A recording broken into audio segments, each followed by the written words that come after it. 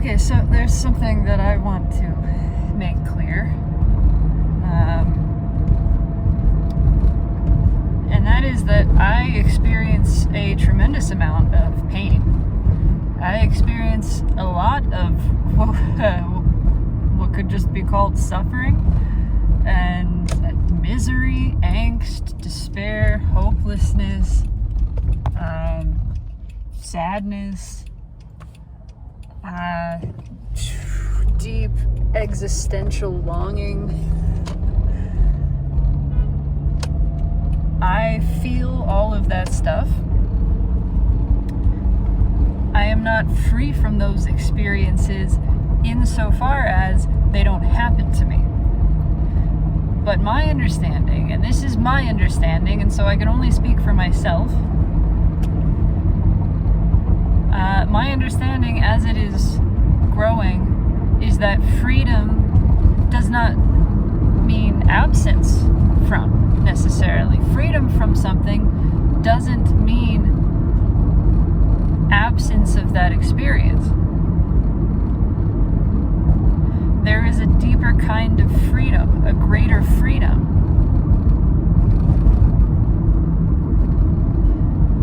that is not found in the absence of a sensation or an experience, a feeling, whatever, but in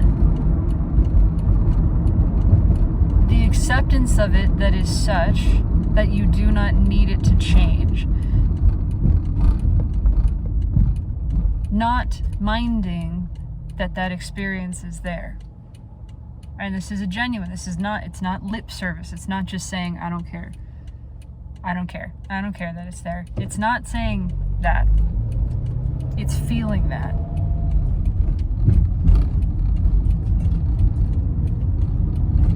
And that is the tricky thing. Then how do we feel ourselves into this place? How do we feel into this place of genuinely not feeling care about this?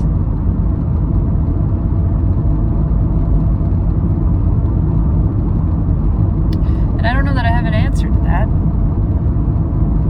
I'm going to explore some things in what I have to say at this moment. But the reality is, this is an experimental process. This has been an experimental process for me.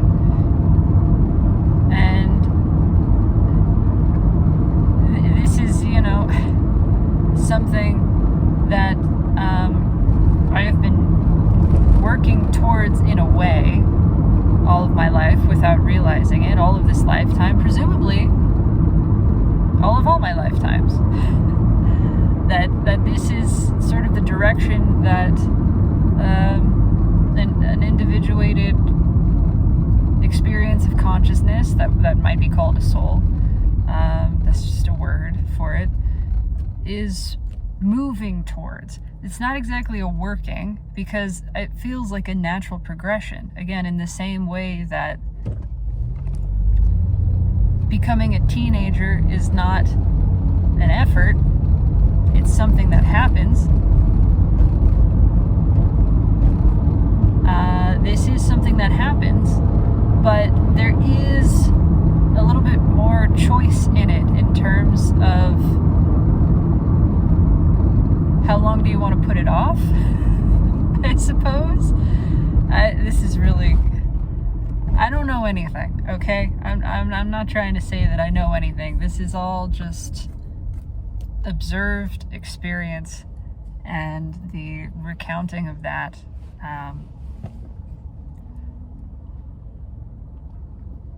It feels like something that is inevitable, but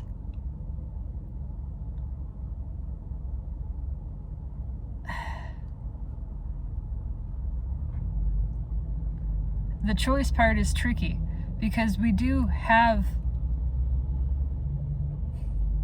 a choice, but it's a choice that we already made, is the way that it feels. It's a choice that was already made by us at the beginning of this experience. like the beginning. And, I don't know how much of a choice it really is. Insofar as it's a choice that eventually you're gonna make.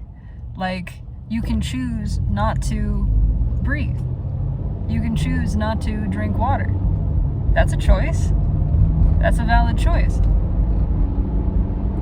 How long are you going to be able to maintain that choice? How long are you going to be able to hold your breath before you decide this isn't worth it? Before the screaming within your body is so great that you either pass out and start breathing again, or you just start breathing again.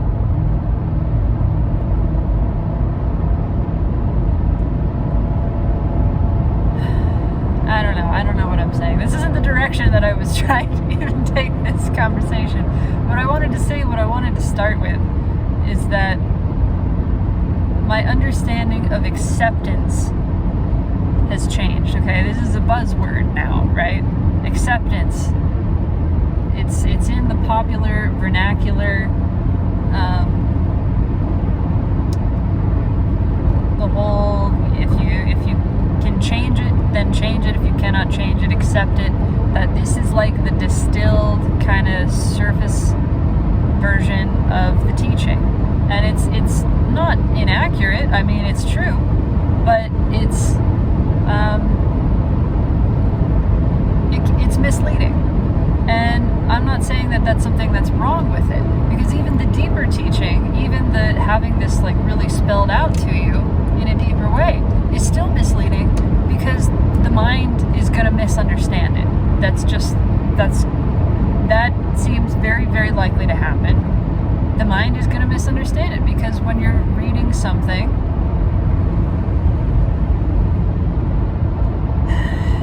we're used to interpretation. We're used to reading things and interpreting the words through the lens of the mind. And that's what we're taught. We're taught that in school. Rare is the, poetry class, the poetry teacher perhaps, or occasionally even a history teacher or a sociology, something like that. Someone who is really invested in the feeling and saying, don't focus on the words, focus on the feeling. How does it make you feel when you engage with this?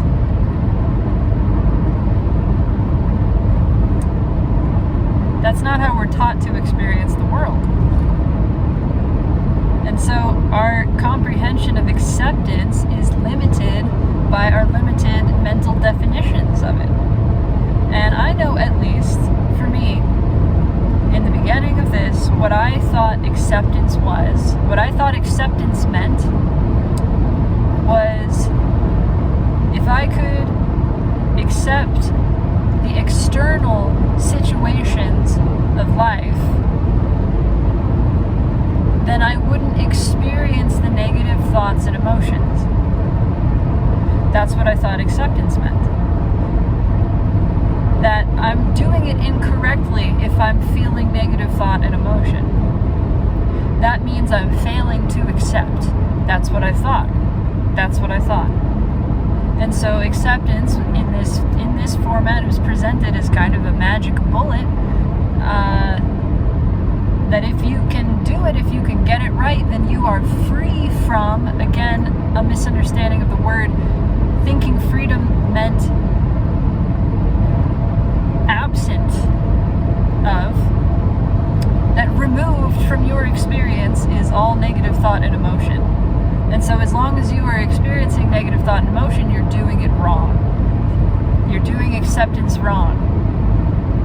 And I thought this for a long time. And gradually, and then very suddenly,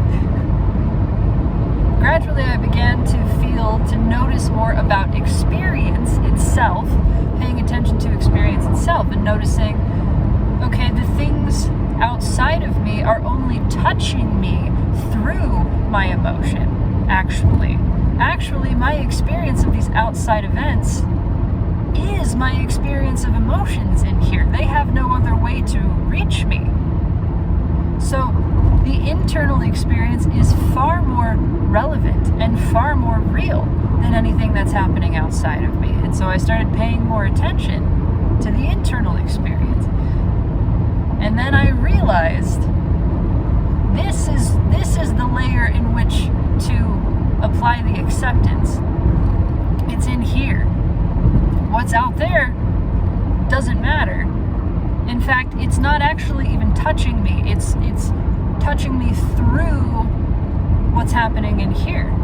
So my acceptance now becomes about accepting the thoughts and the emotions, accepting the internal world. It is far more, if not entirely, about the internal experience. But still, for quite some time, I thought it had to do with somehow magically eradicating these thoughts, that if I accepted them, they would just go away. They would just disappear immediately. That if I accept the negative emotion, that it's gone. It's removed from my experience. And this, too, I have found, is a misunderstanding of acceptance. Acceptance is not change. Acceptance is not escape. It is not removal. It is fundamentally the opposite of those things. It is not escaping. It is not removing negative emotions and thoughts.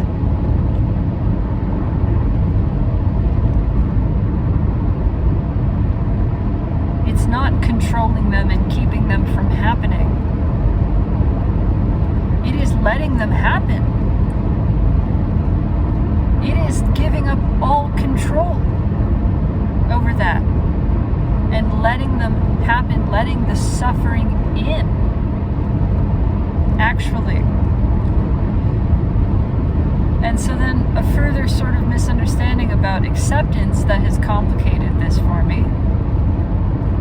And I'm not saying anything went wrong. This has all been a tremendously wonderful learning experience. And I'm hoping, I have a desire that by communicating this experience, it can be, I don't know if expedited is the right word. It can be a little smoother sailing for someone else. But, maybe that's just not the way that it needs to go. Because for me, it needed to be pretty rough riding. That's been a part of the experience and continues to be. But another thing that had confused me about acceptance was misunderstanding it as meaning liking. That accepting something, loving something meant liking it. That's not true at all. In fact, actual acceptance, genuine acceptance, is completely neutral. There is no like or dislike in it. That's what makes it acceptance. It is purely factual. It is pure awareness. There is no judgment in it. And so the feelings of like and dislike in you are there. And what you're doing is accepting that they are there. This is not about accepting what is within you. It is accepting that. It is accepting that it is. It is a focusing on the thatness of the what that is within. And not in a way that obscures the what, or tries to change it, or redefine it, or call it something else. It's suffering. You call it suffering. But when you focus on that, and you put your full attention into this is. Suffering is. Unhappiness is. And it is within me. In this moment, right now, this is real, this is happening. And you just stay there. You focus on the thatness so much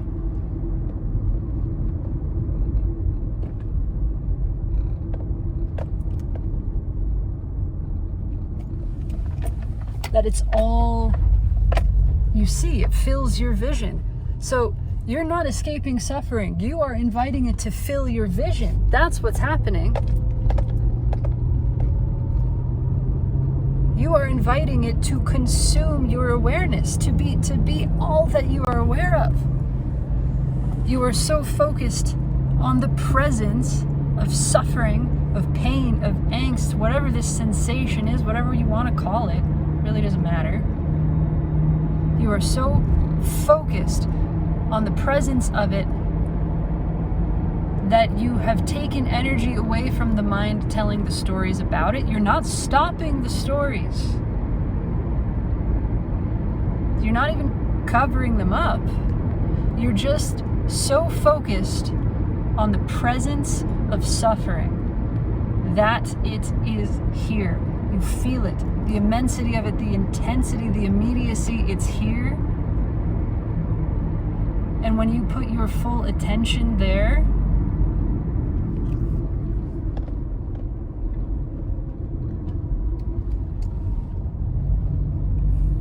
you have withdrawn energy from the story. It just stops happening in that moment. It's not that you've told another story. It's not that you're contradicting it. You're not doing anything. In fact, it is a kind of undoing or not doing, perhaps. That's more accurate.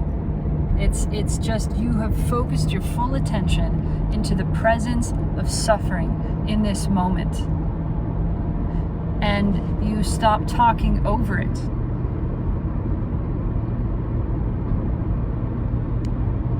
You just stop talking over it. You say, you're here. I'm going to stop projecting over you, around you, and I'm going to listen. I'm going to honor what is in front of me in a way that is, it's just the accepting of reality. This is just what is. It's so plain in that moment that anything else is insanity. The only sane thing I can do, the only choice I have is to say what is in front of me is in front of me. What is within me is within me. This is the only true statement that I can make. And this is all that I have. All I can do is speak this truth. Suffering is here. Whatever this is, and again, I'm gonna notice sometimes when I say words like suffering or misery, there's a reaction that happens internally. And instead of following the story about that, I'm going to focus on the feeling. I'm just going to feel, and I'm going to say, you know what? Maybe me calling you that name is not even accurate. I don't know. I know I can recognize that this is the label that I've given you. This is the name that I have for you. I've never let you name yourself. I've never let you speak for yourself. I've been telling you, suffering, who you are. And I just realize in this moment that as long as I'm doing that, I'm not truly knowing you. And you are what is within me. You are real. You are happening right now. And I may as well see what is happening right now. Truly, clearly. I may as well listen to it. Ask what is happening in this moment to show itself to me. To speak to me if it wants to speak. And if it doesn't have words to speak in whatever manner that it does. I'm going to be present with what is. I'm going to listen. I'm going to sit. I'm going to watch. I'm actually going to observe. And in this space of neutrality, that's where curiosity can arise. But nothing can be forced here. That's the thing. Acceptance, as I understand it, is a deliberate focusing on the thatness of what is happening within you. Because what the hell else do you even have to do? This is happening. This is what's real. This is what the moment consists of. This is the form that life is taking. This feeling in you. What else is there to focus on? There's nothing more real than this. There's nothing more present or pertinent than this, right now.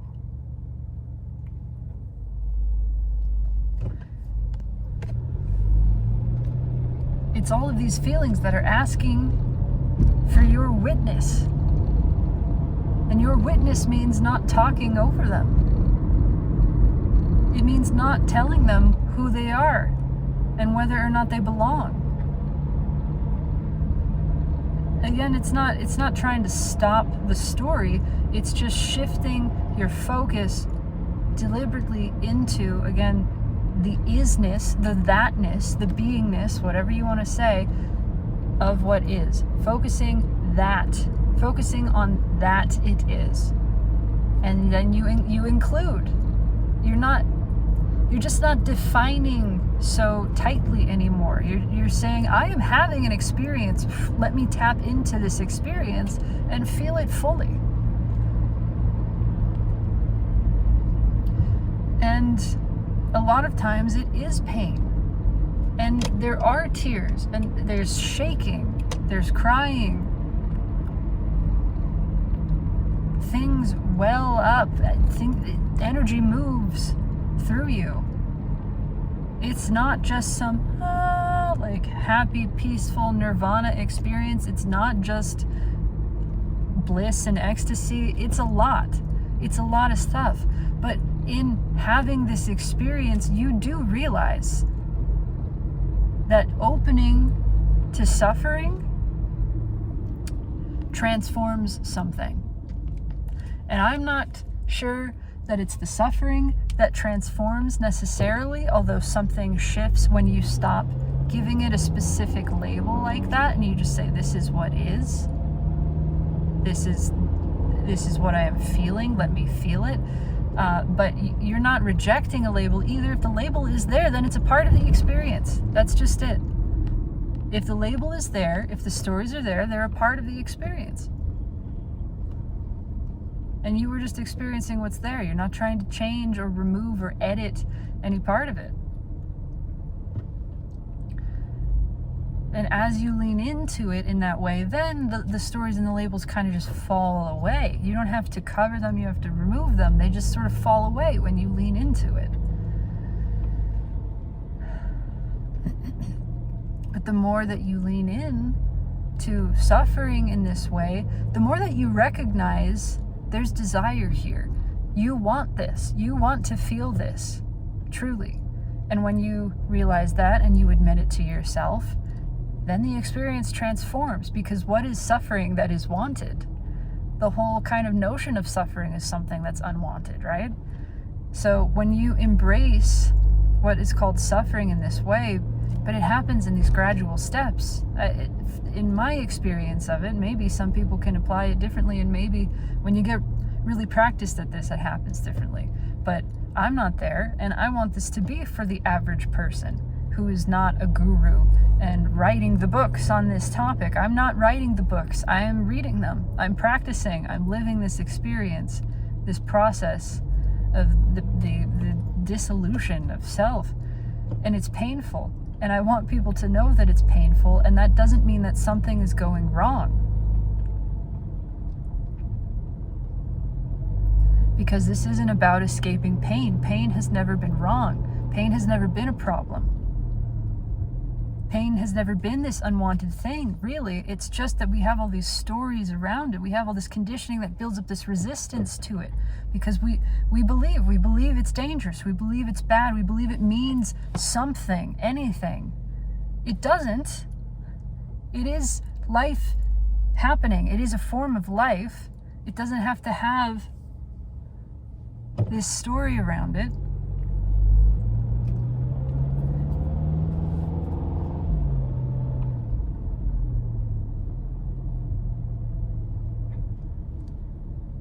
And when you get tired enough of running from the pain, then you start exploring it. But I do believe that there is a level of exhaustion that is required for this. I don't think this is a choice that anybody just makes on a whim. I think this happens when you have had enough of resisting suffering, that so much that you can't do it anymore. You're tired. You can't run from this pain any longer. That's when you stop running from the pain. That's when you start getting curious about it, because you've exhausted your other options. You are too exhausted. You start realizing there's no way away from this. There is no escaping suffering. I don't think anybody stops trying to escape suffering until they realize that there's no escaping it. I think that's just what it is. And so this is a precipice that I believe every human being reaches eventually. And it's not through effort, it's through erosion.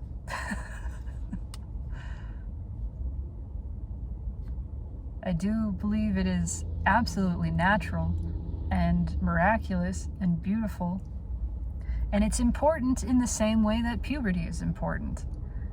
It's a part of evolution. It's a part of growth, expansion.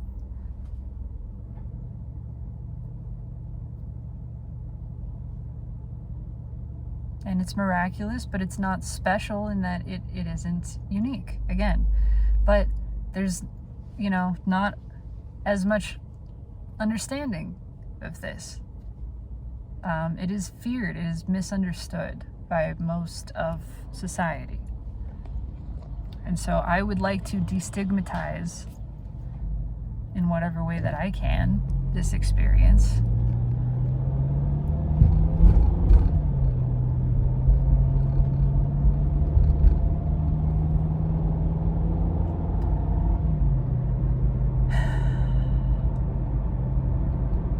There's more to say, but I don't have anything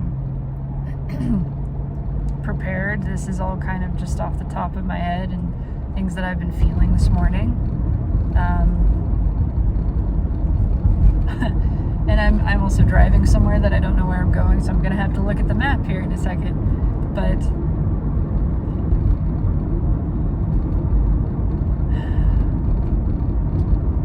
suffering does not mean that you have failed. That's what I really want to emphasize. Suffering is not a failure, and it is not a punishment.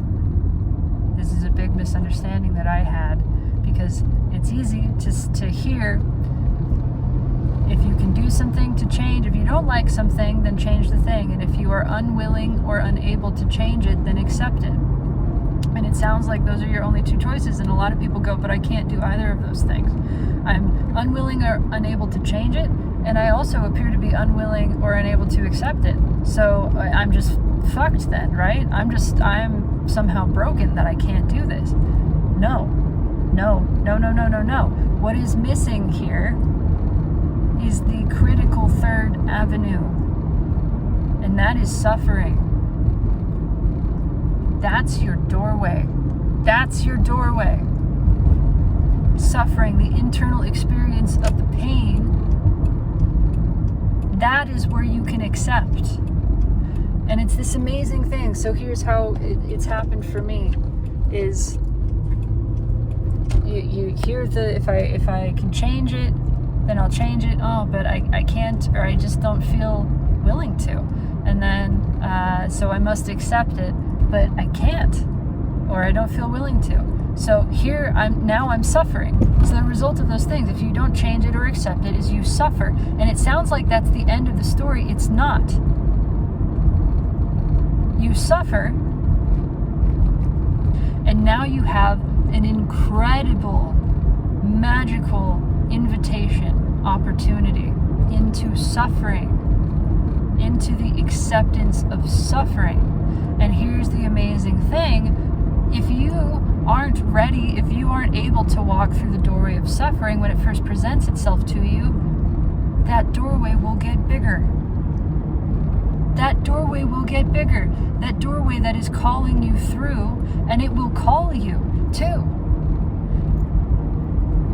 It knows this is natural. This learning of acceptance, this is not an intuitive thing to the mind. Of course, the mind doesn't operate on intuition, but suffering is a natural path for this. It is natural for you to say, I don't feel like I can change it, or I just don't want to. I don't feel motivated to change it, but also I don't like it, and I don't want to accept it. So now I'm suffering, and now I feel like I'm broken. No, this is where you're meant to be. You are meant to be in the suffering. You are meant to be in the suffering. It's not a punishment. It's not a mistake.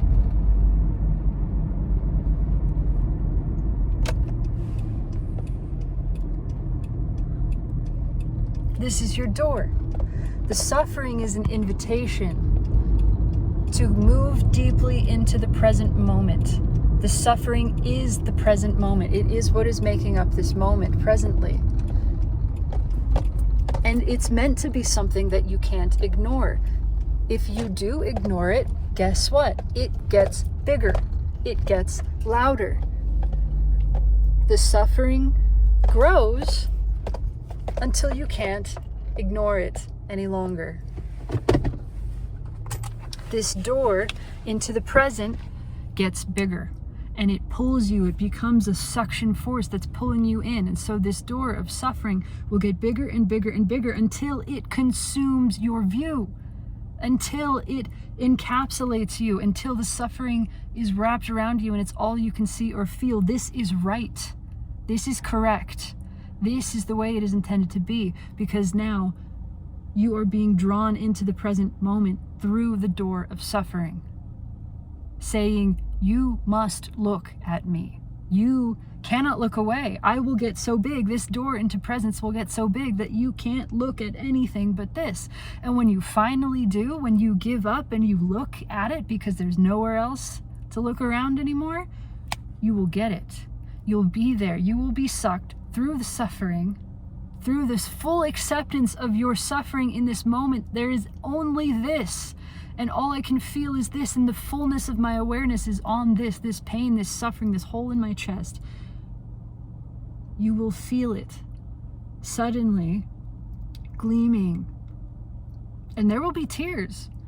I'm not saying there won't be, but there will be a transformation of your experience such that the suffering doesn't go away, but it appears to you miraculous and precious and beautiful, and you will realize you never needed to escape suffering.